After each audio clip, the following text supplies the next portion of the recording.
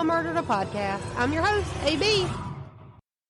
And this week on Mama Murdered a Podcast, we're diving into an insane case. It's the missing person case of John Darwin, a man who went missing at sea and returned 5 years later with absolutely no memory of where he had been or what had happened to him. And that's about as much as a teaser as I'm willing to give you, because this case is going to be a hell of a ride for all of us. So, before I say let's get it, I did just want to say that if you haven't already, then I would highly suggest going to check out the Mama Murdered a Podcast Patreon. The Patreon family has started getting bite-sized episodes that are released every Friday. So that'll give you an extra episode every week if maybe one episode is just not enough for you. Those episodes are a little bit shorter, maybe 20 to 40 minutes. So not really short, just shorter than what I would normally do. So that's pretty exciting. I'm also working on a few other ways for Patreon members to get extra content. So if that's something that you want to check out, maybe if one episode's not enough, I'm talking to you, mama, because y'all, I'm about to name drop my own mama. Because tell me why she ain't even signed up under the $3 a month, we broke but we love it here tier. Yeah, don't get me started on my mama, y'all. I'm looking at you, Miss Ma'am. Now, with all that being said, and without further ado, let's get it. John Darwin was born on August 14th in 1950 in England. He attended college, or university, as they say in England, and while he was at college, he studied biology and chemistry. Now, after college, John would go on to become a teacher in the subjects of science and mathematics. John married a woman by the name of Anne Stevenson in 1973, and the couple would go on to have 2 kids together, 2 boys. One who they named Mark, and another who they named Anthony. And over the course of their marriage together, John and Anne would also acquire a couple of dogs too, because, let's be real, dogs are better than people. And with that, just know that I'm giving you the absolute bare minimum of the background and the history here, because this story itself is crazy enough without a bunch of, random tidbits of background information. So, John's career as a teacher stretched over the course of about 18 years before John decided that it was time to switch career paths. He just wanted something a little bit different, so he left his teaching job and he started in the banking industry at Barclay Bank. And I'm going to assume that Barclay Bank is a pretty big bank in the UK, or at least I'm guessing that it is. Because the way it's worded everywhere is like we should all know what that is, and I just don't, so I'm just going to assume it's like a Bank of America. But after a while, John eventually grew tired of being in the banking industry too, so he decided to switch careers yet again. I'm really sorry if you can hear my dog in the background just tapping his little feet everywhere. But this time, John left his banking job and he started working as a prison guard. Now, while John worked as a prison guard, his wife Anne was working as a receptionist at a doctor's office.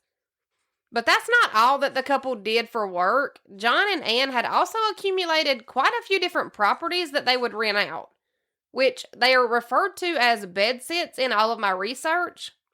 And of course, I'd never heard of this, so I took my questions to Google. And according to Google, a bedsit is, quote, a one-room apartment typically consisting of a combined bedroom and sitting room with cooking facilities. So my American brain immediately went to a hostel or a studio type of apartment, or maybe even a bed and breakfast. But unlike a hostel or a bed and breakfast, I think a bedsit is supposed to be a little more of a permanent living situation instead of somebody who's just traveling or passing through that would maybe only be renting the place for a week or so at a time. I think a bedsit would be more like a regular rental where you would live, so more of a residence instead of just a place to lay your head while you're traveling. And John and Anne had these bedsits that they were renting out, and one of them was even located right beside their own house. So I guess that could be nice, but John and Anne obviously didn't pay attention during the landlord class that doesn't actually exist, because they were renting these bedsit houses out, but they weren't charging enough or making enough in rent to even cover the mortgage payments. So I think that's being a landlord 101. You have to charge enough to make the mortgage payments to the bank at the bare minimum. But apparently, John and Anne Darwin didn't get that memo. And I'm sure it was more than just the amount of rent that they were charging, Because I'm sure there were some people that just weren't paying their rent at all. Or maybe even some of their tenants would get a couple of months behind on their rent and then leave in the middle of the night. And I can vouch that all of these things are true. Me and my husband actually had like 4 or 5 rentals at one time before we sold all of them last year. And I can confirm that this happens all of the time. But John and Ann had purchased all of these properties like pretty close together. And they had purchased their house where they lived as almost like a package deal or something. The Darwin's home address was number 3 The Cliff. That is the actual address, number 3 The Cliff. And during the purchase of number 3 The Cliff, the realtor was also able to offer number 3 and number 4 The Cliff for £200,000. So John and Ann just bought both of those houses together, and number 4 The Cliff would be another one of those bed-sit rentals that they could rent out. So John and Ann lived in number 3 The Cliff, and then right next door and attached to their house by connecting doors was number 4 The Cliff that they would rent out to other people. Now, number 4 The Cliff was set up as a rental because it had multiple different rooms and multiple different bathrooms and a shared living room and kitchens that all the tenants could use. Another pretty interesting fact that I found about these two houses that John and Ann bought is that there was like a small door that led from number 3 The Cliff into number 4 The Cliff. And I know that these are some weird sounding addresses, but keep in mind that number 3 The Cliff is one house, and then that's where John and Ann live, and number 4 The Cliff is the second house right beside where John and Ann live that they rent out. So why you would want your tenants to be able to have access to your house, I'm not sure, but it worked for them, and I'm not here to judge. But I do know that somehow or another the two houses were connected, and I could be wrong, but I'm thinking it was maybe like an adjoining room that we might find in the U.S. at a hotel here. But I'm just really not sure why you would want your house connected to a rental house where each room is rented out separately by somebody else. Again, that's none of my business. But a couple of years after they'd bought number 3 and number 4 The Cliff, the couple was quite literally drowning in debt. John seemed to be the kind of person who very much measured people's success solely based on the amount of money or expensive things that they had. And it seems like for John, enough was never quite enough. He always wanted more properties and more money and better clothes and nicer cars and newer everything until finally, John found himself dodging bill collectors, repo men, and collections agencies left and right. And trust me when I say that by this point, John had tried every get-rich-quick scheme that you can possibly imagine, and none of them ever brought him the fame or fortune that he was after. John had tried his hand at the stock market. He had even tried breeding snails at one point. Yes, you heard me correctly, breeding snails. And he'd even tried selling yard ornaments, such as garden gnomes. But whatever he made doing all of these odd jobs, it would never be enough to dig he and Ann out of the mountain of debt that they'd acquired. Because one thing about John Darwin is that he never wanted anyone to know that he was actually broke. He wanted everyone around him to think that he had endless amounts of money and that he and Ann never wanted for anything. Because it's pretty hard to want something that you can actually afford to buy. And obviously, he and Ann could have filed for bankruptcy. People do it every day, and it has actually saved a lot of people from being homeless and having to start their lives completely over. But if John filed for bankruptcy, then everyone would know that he was broke, and everyone would find out that he was living on credit cards and bank loans with high-ass interest rates. Everyone would know that he couldn't actually afford the nice-ass Range Rover that he drove or the massive-ass house that he and Ann lived in because by this time, John and Ann's kids, Mark and Anthony, were grown men and they didn't live at home with John and Ann anymore. So it would have been relatively easy for John and Ann to list their houses or all their properties for sale, and they could have tried to start digging themselves out of debt. Because John and Ann had something like 12 or 13 different properties that they would rent out, and the house that they lived in was way bigger than what two people would need to live comfortably.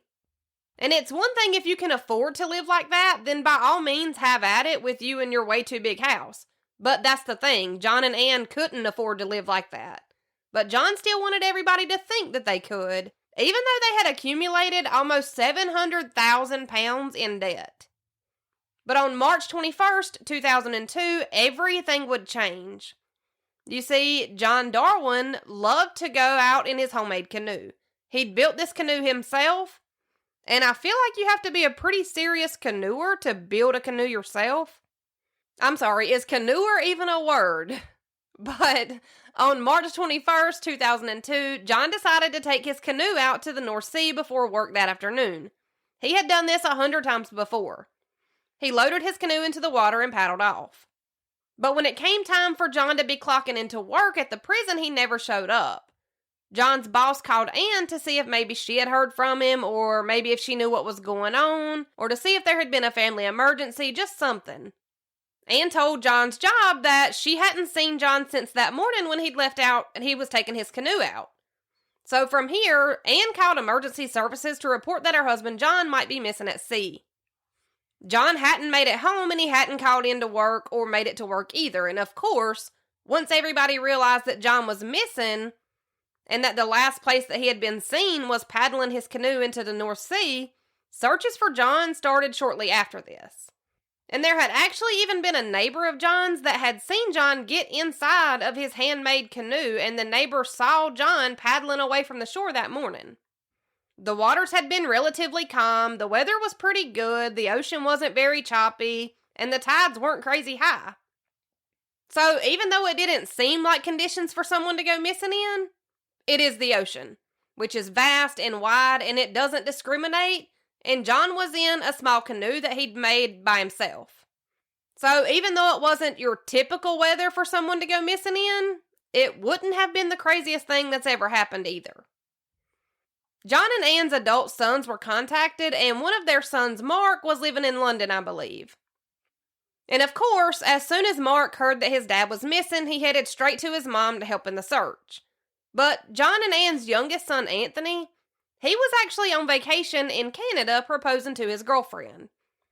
Unfortunately, though, those plans were cut short so that everyone could be with Anne and to try to help search for John. Large-scale searches for John started almost immediately after Anne reported John missing. The search efforts would eventually spend upwards of £100,000 in searches just for John Darwin. Searchers knew that the ocean was unforgiving and that time was invaluable. So searches for John spread over more than 60 miles along the coastline.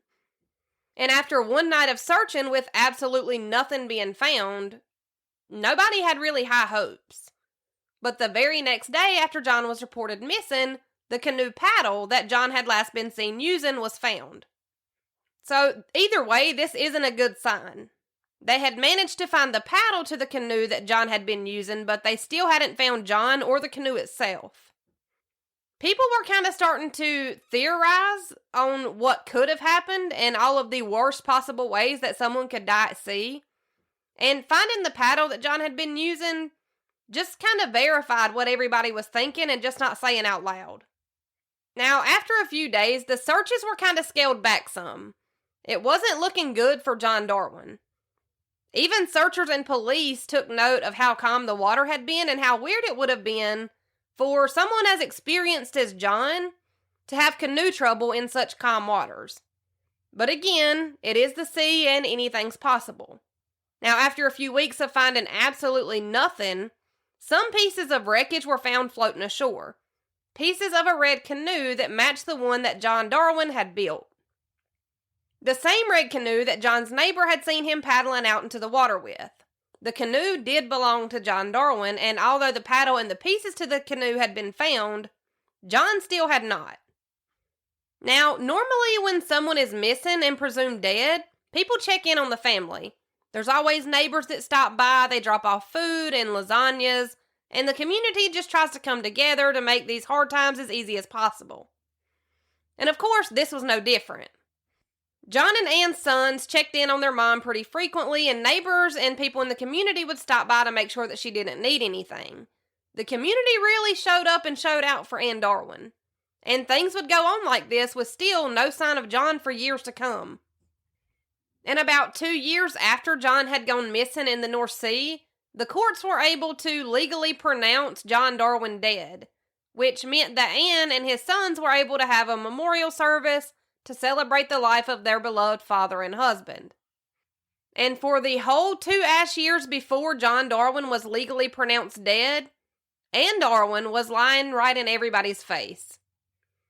So, wiki what? Let's rewind. Let me take you on this journey with me, okay? Let's go back to the morning that John took his canoe out and was seen by the neighbor paddling out to sea. Now, John had purposely paddled out to sea where he knew that neighbor would have seen him. John was paddling to fake his own death, because debt collectors don't look for dead people, I guess. And no one would know that he was broke. So what really happened? Well, John packed a tent, some extra clothes, some food, a little money, and whatever else he thought he might need to hide out until the coast was clear. He packed all these things into his canoe, and John paddled out to the sea and then onto shore. Once on shore, he hid in the woods and he waited for Anne to pick him up. Anne picked John up at about 7 p.m. on the night that she reported him missing, and then she drove him to the nearest train station.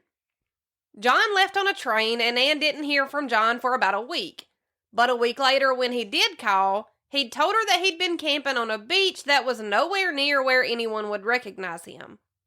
Now, after this, it was about 3 weeks later that Anne picked John up from the same beach that he'd been camping at. Anne picked John up from the beach and took him back to their house. Yes, the same house where they'd both lived together, in the same town where everyone knew them, and where everyone believed that John had died in this tragic canoeing accident. But John had kind of made use of number 4 the cliff, remember, the house next door, because John and Anne lived in number 3 the cliff, and number 4 the cliff was connected to number 3. You still with me? Okay. So John was living in the house right beside of the house that he and Anne had shared. And he was using the adjoining doors that connected the two houses to come and go when people showed up to check on Anne. John and Anne's sons, Mark and Anthony, they had no idea that their dad was still alive and living right next door to their mom. And they had no idea that their mom had helped their dad carry out this entire fake death. And let me just remind you that John had decided to make himself go missing on the same weekend that he knew that his youngest son was going to be in Canada proposing to his girlfriend. I feel like this is the ultimate act of selfishness. Like, John purposely chose the weekend that should have been one of the happiest days of his son's life.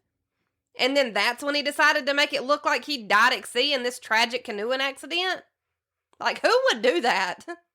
So, John and Anne had managed to keep the house next door empty so that John could live in the house next door without anybody realizing it. So, the more I read into this case, I think I may have been mistaken about the way that the two houses were connected. I think, from what I could find. So, from what I could find, there was a super short and small doorway in the master bedroom of number 3 the cliff. And this small door had a false back that led into a hallway or somewhere, somehow to get into number 4 the cliff. Which again is the house next door to where John and Anne lived, and that's where John's hiding out. So essentially, John and Anne lived their normal lives for the most part. John lived in the house with Anne that they'd always shared together, but once somebody would show up at the house and knock on the door or ring the doorbell, John would scurry into the master bedroom, climb through this secret doorway and go into the house next door, and then just hide out there until whoever was visiting would leave, and then John would just come back like nothing happened. And you've probably already guessed why someone like John Darwin would need to fake his own death, and if you've guessed life insurance money to pay off his debts, then you are absolutely correct. Which, this would also explain why Anne was so quick to get a death certificate and so quick to plan funeral arrangements for John's death. The quicker she could prove that he was dead, the quicker she could get the life insurance payout. And how John was even able to convince Anne to lie to their own kids about him being dead, I have no idea. But whatever he'd said to her had worked because she went along with this whole thing the entire time. And this is the craziest part to me, is that John came up with this whole plan, but really, Anne had to do the hardest part. She was the one that had to talk to police. She was the one that had to deal with telling their kids that their dad had passed away tragically. And meanwhile, John's out playing G.I. Joe camping in the woods somewhere? I think the fuck not. Now, another thing I really cannot wrap my head around is that John's life insurance policy was only going to pay out like £250,000. So like $250,000, that's it. And I guess you could look at it like that's a lot of money because, I mean, it is a lot of money. But then not really. Especially when you've already racked up like 600 to 700,000 pounds worth of debt alone. That little 250,000 pounds is not even putting a dent in that. But somehow Anne did manage to use the life insurance money to pay off a lot of their debts, and then maybe some of their debts were forgiven. I'm really not sure if companies forgive debts for stuff like this. I don't know. But somehow or another, Anne was able to pay off a lot of their debts once she got John's death certificate and the life insurance company paid out the money. But this wasn't enough, though, because John also had to find himself a new identity to be able to live freely again. He couldn't be missing and dead John Darwin and also still be alive and well John Darwin. So this is about to get crazier and crazier. Because after some time passed and the town kind of settled back into normalcy after John's tragic fake death, John grew out his facial hair a little bit, he grew out a beard, and then he started going into public again. Like, he was walking with a limp, but I feel like if you know somebody personally, then it may take you a few more seconds to recognize them with a beard, especially if they've never had a beard before. But I feel like you would still recognize them. But no one ever suspected a single thing. And John and Anne would even go into town together sometimes. So no one was questioning who this man was that was with Anne, who is newly widowed. And everyone was just like, oh, there goes Anne with that strange man who looks a lot like John, just with a beard. Hope she's doing well. Like, what? How did nobody notice this? I have no idea. But while John was out and about in town, he could usually be found at the library. John Darwin was able to use the library to find her death certificate that belonged to somebody named John Jones. And John Jones had a lot of similarities to John Darwin. For one, they obviously both have the same name, but they were also born in the same year, only a few months apart. They were also born in the same region. The only difference was that John Jones had a death certificate. And his death certificate listed that he passed away at just 5 weeks old after he was born. So I'm sure you can all guess where this is going because, yes, John Darwin stole a dead baby's identity. And it's believed that he chose this baby in particular because they both had the same name and a lot of similarities. But that way, if someone did recognize John and they called him by name and he answered to the name John, then I'm sure he figured it would just kind of be easier to explain away like, oh, I'm sorry for the confusion. I'm John Jones. Oh, I look a lot like John Darwin. Who's that? You know, that kind of thing. But this way he wouldn't have to get used to answering to a new name. And they were born only a few months apart, so John would have looked the right age as what was listed on his stolen birth certificate. And I'm pretty sure that since birth certificates are public record, that John would have been able to just kind of order a copy of John Jones's birth certificate to use to create his new identity. And John even says that he stole the identity of a dead baby because it was a victimless crime. And he says that if he would have stolen the identity of someone who was still alive, then it could have potentially ruined their lives. Which, I mean, I guess that's fair.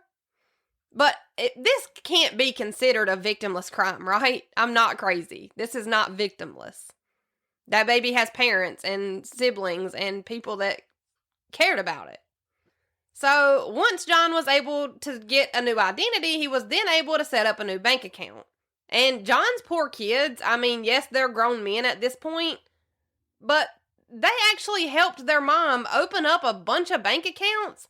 And they did this thinking that they were going to be able to help their grieving mom handle and deal with such a large sum of money that she was supposedly getting for John's life insurance payout. But in reality, once Anne was able to get all of these accounts opened, and once John was able to open his own bank accounts using his new name, John Jones, the couple was able to move their money around pretty easily. So with all of those things taken care of, John was getting pretty bored with having to sit home all the time. Because yes, he was going into town every once in a while, but he wasn't able to just go out and get a job or decide to go for a walk at the park. He had to pick and choose carefully when he wanted to go out and why, and then ask himself, is it worth being caught? Because chances are, 9 times out of 10, the answer is going to be no. So John and Anne started talking about moving. Maybe to a new country. A fresh start would be the easiest way for both of them to be able to go on with their lives. But in order for John to be able to move to a different country, he would need someone to sign off on his passport. Because in the UK, a public figure has to sign off on a new passport, basically saying that, yes, you are who you say you are and that you're not a criminal, yada, yada, yada. So John goes back to the library where he'd been hanging out to find a new identity, and he somehow was able to get the librarian to sign off on his passport. And this dumbass put his actual home address down as his place of residency on his passport with his new name. So this passport was issued to John Jones, who happens to live at number 3 The Cliff. Someone really overlooked some big clues on this one, but let's continue. Because now, John's all set to travel. He's got a passport. So the first place that John and Anne traveled to is Cyprus. And what in the world would John and Anne be doing in Cyprus? If you've guessed looking for new pieces of property to buy, then you'd be correct. Again, it's almost like they didn't learn their lesson the first time with buying up all these properties and then being so much in debt that the only viable option that they could come up with was for John to fake his own death. But whatever, this is not my problem. So once the couple made it to Cyprus, they realized that the Greek language isn't as easy as English, and this was essentially why they returned home to number 3 The Cliff. Which is hilarious to me, that John had gone so far as to fake his own death and gotten away with it up to this point, but he let a literal language barrier put a complete halt on his plans. He was like, absolutely not. I will not learn Greek. And this is insane to me because once John and Anne were back home, there was actually a sighting of John reported where John and Anne lived and had just returned to in the UK. But the police never followed up on the sighting, probably because they thought John was dead.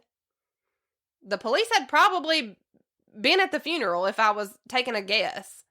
So John was back and hiding out in the spare house and not being able to leave the house again. And he was still planning to move to another country, he just wasn't sure where he wanted to go yet.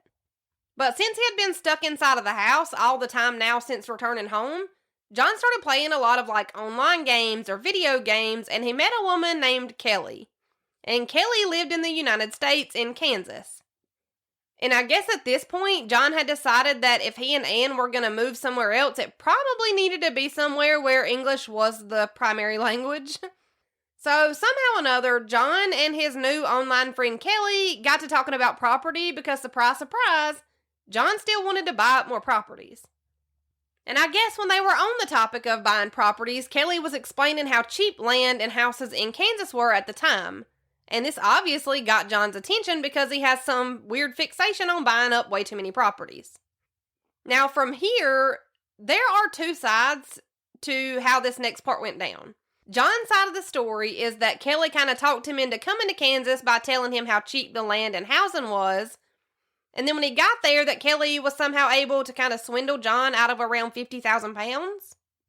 But Kelly's version of what happened is that John was supposed to be loaning Kelly the money to buy a ranch in Kansas. And the two were supposed to fix it up, make it really nice, and then turn it into a cattle farm where they would run it like a business. Kelly was going to do the day-to-day, and John was going to be more like a silent partner. And whichever story you believe, it doesn't really matter. Because in 2004, John did fly to Kansas, and he was supposed to stay with Kelly while they looked at these farms and ranches. And I'm really not sure how John's wife Anne felt about John flying around and staying at other women's houses, but this is what he did. And according to Kelly, John was only actually at Kelly's house for a few minutes. Because when she showed him to his room and he started getting unpacked, Kelly walked by a few minutes later and she said that John was standing there shirtless and about to pull his pants down. Kelly claims that she asked him if this is what they do in their country because this isn't how we behave in America, that in America we get undressed with the doors closed, And it's just like, okay, I'm sure most people in the UK undress with the doors closed too. Let's be real. And also, have you ever been to a southern part of America? Because literally every man just walks around shirtless in the summertime. I'm off topic, and that's besides the point. So after this, John wasn't allowed back at Kelly's house, so instead he stayed at a hotel for the remainder of his trip. But whatever happened, John did end up buying a ranch house for Kelly. And the problem started when John started talking about how nice he could fix this place up and how nice it would be for him to live there. And it seems like Kelly thought that this random man who she met online gaming was going to buy her a house and then just let her have it and live in it for free. And this part of the story has never made sense to me. So John's already bought this house, but now Kelly's saying that he can't live there. And my question is like, if John had the money to buy a house, then why not buy himself a house? Why would he go so far as to buy a house for someone he met online and somebody that he doesn't even really know? I don't know. This part doesn't make sense to me. So John ends up going back home to Ann, and Kelly keeps the house in Kansas. She's supposed to be paying John back the money, and supposedly they're supposed to be splitting the return on the investment, something like that. But Kelly wasn't doing the work on the house fast enough, and she also wasn't sending money as payment back to John. So after a while, John's like, you know what? Just send me all my money back and we'll go our separate ways. Kelly is not going for that. That's not an option for Kelly.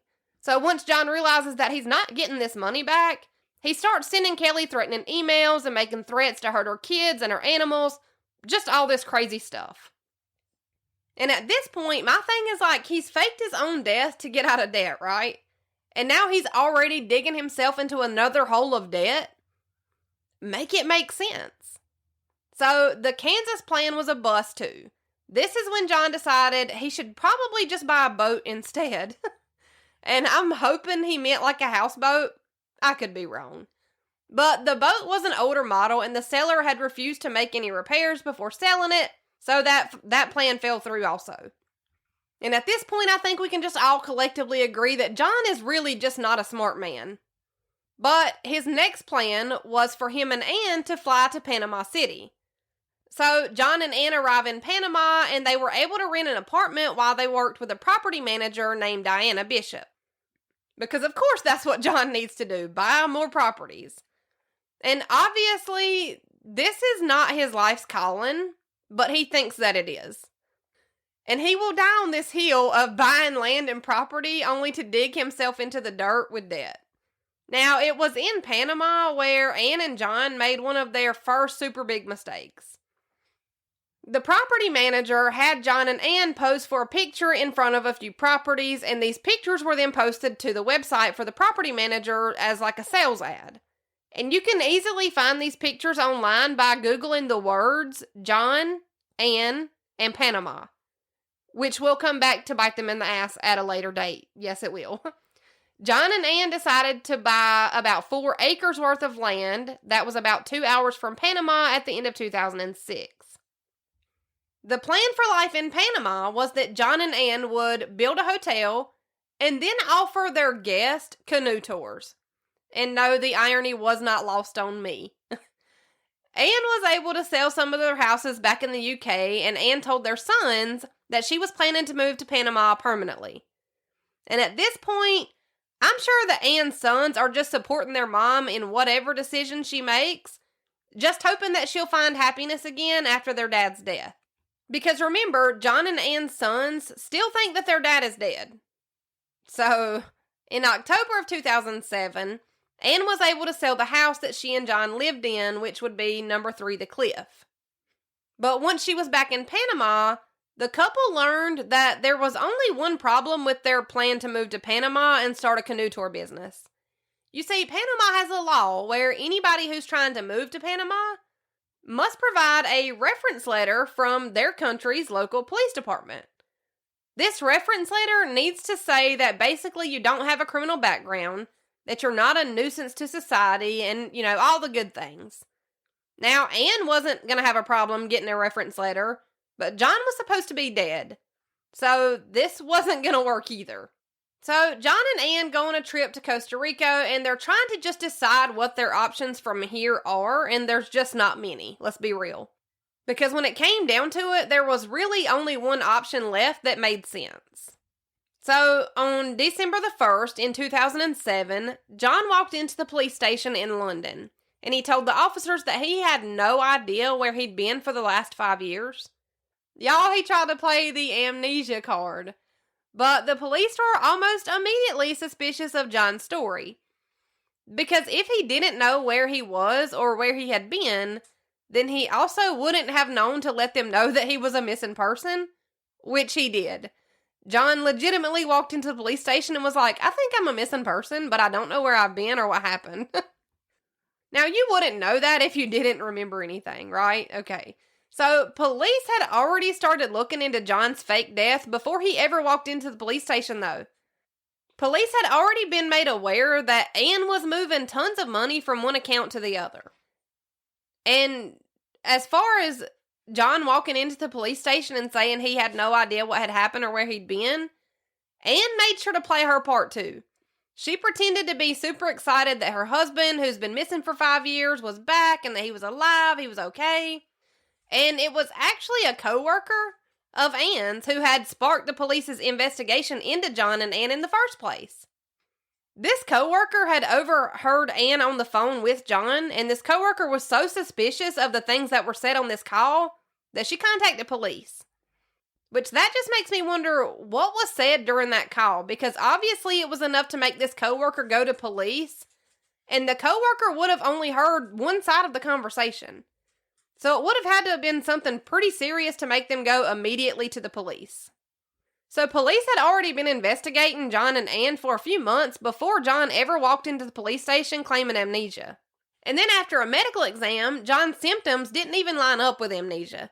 Like, he couldn't even take the time to Google the right symptoms. Yeah. So police were on to John and all of his lies, and they were even able to see where Ann had purchased all of these plane tickets to different countries. And she had been left in the UK. So who was using these plane tickets? Had to have been John. And then John and Ann's cover story completely fell apart. When somebody did a Google search for information, it was just some random person who had heard about John's miraculous safe return. And they were just being kind of nosy. So this person knew that Ann had been in Panama recently. So she just Googled the words John, Ann, and Panama. And voila. The picture of John and Ann that they had posed for the property manager was the first thing that popped up. This picture can be found on movetopanama.com, and it was dated for July 4th, 2006. So this random person did alert the police to the picture, and this is when the case busted wide open. The gig was up. It was clear that Ann had known all along that John was alive. Police were able to find John's new identity, and they were able to trace John Jones's movements, which was his new identity, and they were able to track all of John's movement throughout the last 5 years. John and Ann's kids were excited that their dad was alive until they learned all the lies that they had been told in order for their parents to keep this secret. So John was eventually arrested and charged with obtaining life insurance money by deception, making untrue statements to obtain a passport. Like, there's a slew of charges. And the very next day is when Ann was arrested, and she was also arrested on obtaining money by deception and a few other things. On December 14th, John and Ann both appeared separately before the court, and they were taken into custody formally. And then it was in January of 2008 where more charges were added to both John and Ann. On March 13th, John Darwin pled guilty to almost all the charges that were brought against him, and Ann pled not guilty to most of the charges that were brought against her. But they both did plead not guilty to at least some of the charges, which then forced this entire shit show to go to trial. And then during the trial, John and Ann's 2 adult sons were brought in to testify, and their testimony was used as evidence to prove that John and Ann were guilty on at least some of the charges. On July 23rd, 2008, John and Ann Darwin were both convicted of a slew of different charges and received a sentencing of about 6.5 years in prison. And even though this whole thing was John's idea, and even though John had a ton more charges than Ann, John was only sentenced to 6 years and 3 months in prison. So somehow John still got 3 months less than Anne. Both John and Anne tried to appeal these charges, and each time those appeals were denied. But they both only ended up serving like 3 years in prison, so less than half of the time that they were sentenced for originally while in prison. Now, while Anne was in prison, she filed for divorce, and divorced or not, John and Anne were both ordered to pay back all of the money that they had lied and schemed to get.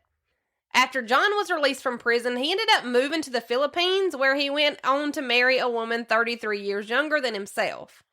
And if I were a betting girly, I'd almost be willing to bet that his new wife has properties galore. Anne used her time in prison to get some qualifications, and she was able to get a much better job using those qualifications once she was released from prison. Anne also used her time in prison to meet a journalist who helped her write a book about her experience called Out of My Depth, which is now on my list of books to listen to. And it did take some time for John and Anne's sons to eventually forgive their mom, and they're trying to rebuild their relationship with one another. It took a while for their sons to even be able to forgive Anne, though. Their sons kind of looked at it like their dad told one lie and then just kind of disappeared. But Anne had lied to them every time she'd seen or spoke to them for more than 5 years. And from what I could find, neither one of their sons have much of a relationship with their dad, so I'm not sure what happened there.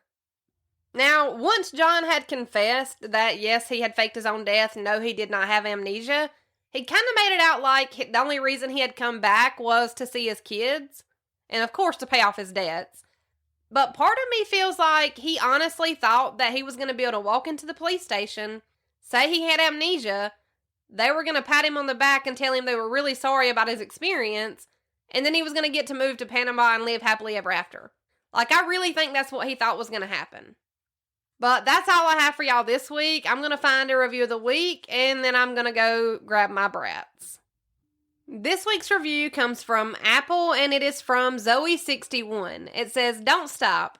Enjoying these stories and the accent. This podcast is my grown-up bedtime stories. Thank you." You're welcome. Thank you for not giving me shit about my accent. All right, y'all. You know what time it is. Let's do it again. Same time, same place, next Wednesday. See you then. That's how my mama murdered a podcast.